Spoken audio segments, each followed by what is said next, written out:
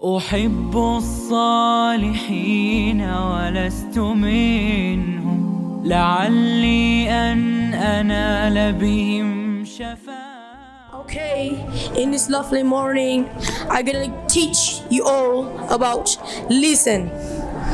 Jadi pada pagi yang berbahagia ini, saya akan memberi kalian semua satu pelajaran untuk bisa mendapatkan English fluency. So, when we want to talk about English, there is a beginner, ada dasar. We have to do that starting to talk with English. Jadi kita harus tahu dasar tersebut untuk berbicara bahasa Inggris. There is lot of starting if you want to teach English. One of them is how to use noun.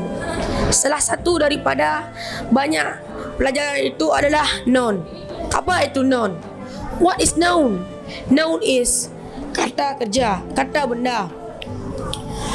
For example, a pray hat.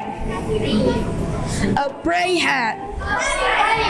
A pray hat. Sebuah peci.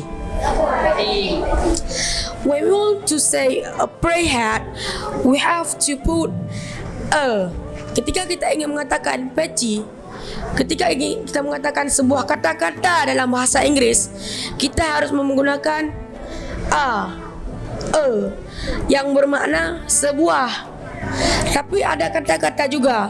There is some word is not confusing when we put the a word. Jadi ada kata-kata yang ketika kita taruh huruf a, dia nggak akan nyambung. Contohnya, elephant. Kita tidak bisa menggunakan kata di belakang elephant. Kenapa? Why? Because if the word is starting by vocal a, i, u, e, o, we using an. Repeat after me. An. Yeah, for example, an apple. An apple. An apple. And another example, you have to use such as an elephant. An elephant.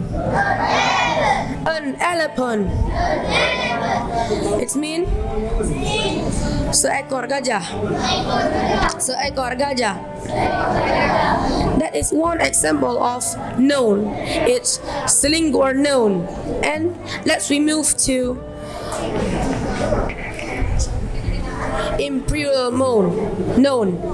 So this imperial noun is talking about jama'.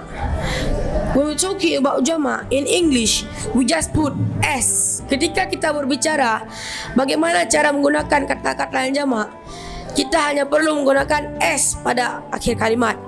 Contohnya, for example, book. Book is tunggal. If we want to say lot of book in jama', we should put s. Books.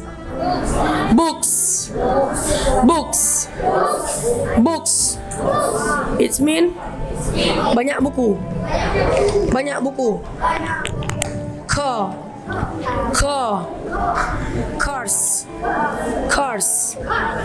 Cars.